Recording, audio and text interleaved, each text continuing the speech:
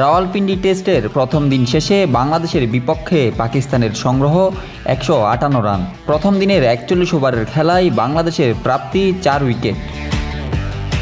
রাওয়ালপিন্ডিতে বৃষ্টি ও ভেজা আউটফিল্ডের কারণে 4 ঘন্টা পর শুরু হয় ম্যাচ। বিলম্বে শুরু হওয়া ম্যাচে টস জিতে ফিল্ডিংয়ের সিদ্ধান্ত নেন বাংলাদেশ অধিনায়ক নাজমুল হাসান শান্ত।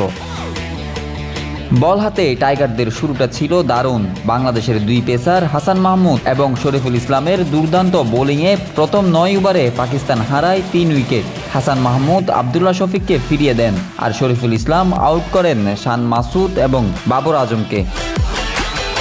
এরপরই প্রতিরোধ গড়ে তুলে সাইম আইয়ুব ও সৌদ শাকিল।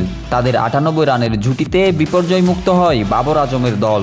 তবে দিনের শেষ ভাগে পানি বিরতি থেকে ফিরেই আউট হন সাইম আইয়ুব। হাসান মাহমুদের বলে ক্যাচ দিয়ে ফেরার আগে তার ব্যাট থেকে আসে 56 রান। প্রথম দিনের শেষটা করেন শাকিল ও মোহাম্মদ রিজওয়ান। সৌদ শাকিল 57 এবং মোহাম্মদ রিজওয়ান অপরাজিত আছেন 24 রানে। বাংলাদেশের হয়ে 2টি করে উইকেট নিয়েছেন হাসান মাহমুদ ও Shoriful Islam. Desk report, news now sports.